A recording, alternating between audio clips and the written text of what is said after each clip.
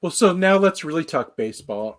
What was your intention in stirring up, and we can maybe we can share the links at some point. But you have brought forth a discussion, brought in a lot of great voices into that discussion, invited them in about public ownership of the Orioles and the question of like community ownership in professional sports. And we want to talk about that. And if we could just talk about that and nothing else in the campaign, it would be worthwhile. But obviously, there's this little climate crisis and things like that to discuss. But this is such an on fire idea, and the response from people has been really has also been really energetic. Why did you want to? Why did you want to bring up that discussion? Yeah, so people in Baltimore love the Orioles. They love them when they're losing 100 games, and they love them when they're winning 100 games. And they don't love the owner of the team. And I think this is the case with most pro sports. People love their team. They love the traditions that are built around it. They cheer for them. They laugh with them. They cry with them. They celebrate championships. Hopefully this year we'll have a parade and we'll get to go to that. But they don't love the owners, because the owners are in it to extract money out of the fans and out of the government and out of the taxpayers that oftentimes who are already billionaires. These billionaire owners are extorting cities in order to keep the team here. So look, here's what's happened in Maryland. The state of Maryland in 2022 allocated $600 million to the Orioles if they would sign a lease extension, and they would sign a new lease for Camden Yards, which is the best stadium in baseball, built with a lot of public funds. And what ended up happening is the owner has decided that he doesn't want $600 million. He wants more than that. And he wants the state to not only subsidize his baseball team, but to subsidize his real estate development that he wants to build around the park. You see, he went down to Atlanta with the governor and toured their taxpayer-funded sports entertainment complex. And now he's telling the governor that in order to sign a lease, the governor, who, by the way, he made maximum campaign contributions to, and who regularly shares a box, a luxury box at the stadium with him. But anyway, we'll talk about that later. Anyway, here's the bottom line: is this billionaire, fourth richest owner in baseball, is trying to extract more than $600 million from the state of Maryland. I mean, it's pretty generous to say that we've given him we're offering $600 million, and he's like, that's not enough. So the Baltimore City Charter was amended in 1984 when the Colts were leaving town in the middle of the night in order to allow the city to claim or to seize the baseball team or to seize a professional sports team.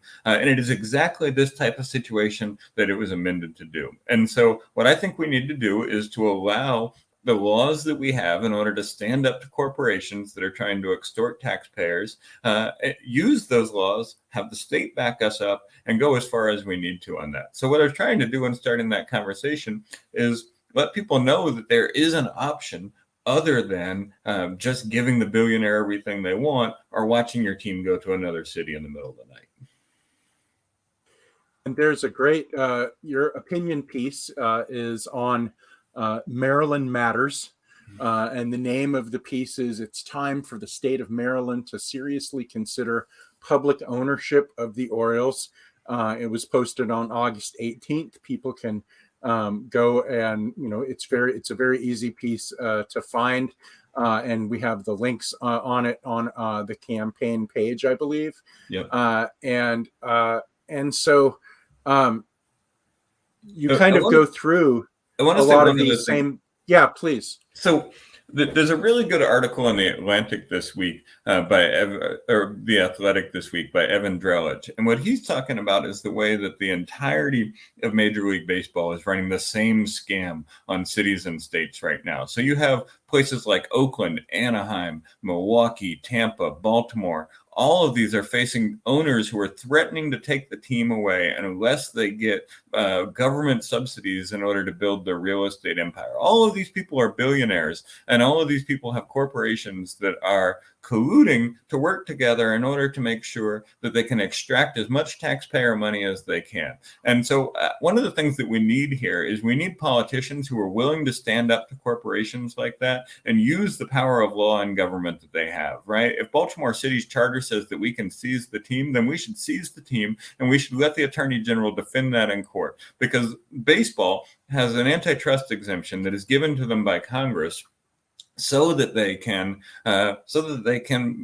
run a monopoly that is publicly subsidized. And this is not just a baseball question. This is a larger question of how Democrats and our government relate to the corporations that will extort them for subsidies, call it a public-private partnership, and screw the people over and over again. And we need absolutely. We need political leaders who have the courage to stand up to the corporation that is Major League Baseball, defend local laws that allow them to protect public goods. And we need to think about that as a means of keeping these public goods that have tons and tons of public investment in them in our communities, and not letting the billionaires use the threat to leave as extortion. And as you say, that struggle has taken place all over with Major League Sports. And there are also, these sort of shining examples, sometimes in different forms and different ways, that the public has taken over teams and owned and managed teams, and taken, that really outlandish and asymmetric kind of model of ownership away. And kind of given that not only the teams but also the facilities back to the people as public utilities, essentially. Yeah, and totally. And there's a long tradition of this, that this is a 40-year movement at least, that about public ownership of teams, especially here in Baltimore, because when the Colts left, they were playing one city against another in order to get the most taxpayer dollars they could. And when the state of Indiana coughed up more taxpayer dollars than Maryland did, they packed up in Mayflower vans in the middle of the night and drove away. And the National Football League protected them in doing that. And if Congress is going to protect the National Football League in doing that, we need politicians that are going to go after that legally in the courts. We need politicians that are going to go after that legislatively, but we need movements that back up politicians that are going to go after the business owners and the billionaires who are making these decisions, and allow local law to be what drives the decision here, and not the monopolistic whims of billionaires that Congress works hand in hand with.